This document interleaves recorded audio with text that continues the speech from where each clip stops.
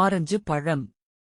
Orange பழத்திலுள்ள அதிகப்படியான vitamin C மற்றும் ஆற்றல் வாய்ந்த ஆன்டி ஆக்சிடென்ட்டுகள் உங்கள் உடல் இரும்புச்சத்தை அதிகமாக உறிஞ்சிக் கொள்ள உதவி செய்யும்.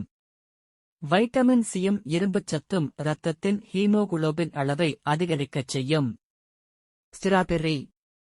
ஸ்ட்ராபெர்ரி பழத்தில் உள்ள வைட்டமின் சி, ஃபோலேட், இரத்த சிவப்பணுக்களின் உற்பத்தியை அதிகரிக்கச் செய்கிறது.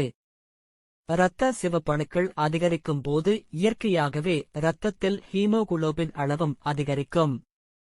வாட்டர்மெலன்.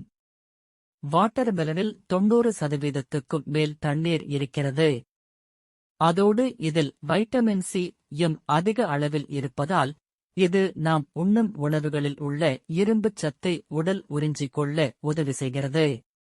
நாம் எடுத்துக்கொள்ளும் உணவுகளில் உள்ள இரும்புச்சத்தை உடல் சரியாக உறிஞ்சிக் கொள்வதால் ஹீமோகுளோபின் அளவு அதிகரிக்கும்.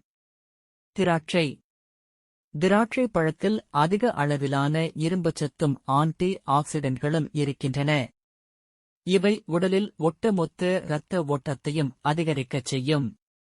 அதோடு இரத்த திசுக்களில் ஹீமோகுளோபின் அளவை அதிகரிக்கச் செய்து இரத்த சோகை ஏற்படாமல் தடுக்க உதவும்.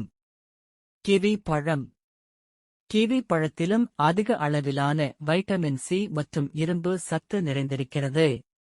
இரும்பு சத்தை உடல் சரியாக உறிஞ்சிக் கொள்வதற்கு வைட்டமின் சி மிக அவசியமான ஊட்டச்சத்து ஆகும். நாம் எடுத்துக்கொள்ளும் உணவுகளில் உள்ள இரும்புச்சத்தை உடல் சரியாக உறிஞ்சும் பொழுது இரத்தத்தில் ஹீமோகுளோபின் அளவு இயல்பாகவே அதிகரிக்கச் செய்யும். இதன் மூலம் அனிமியா வராமல் தடுக்க முடியும்.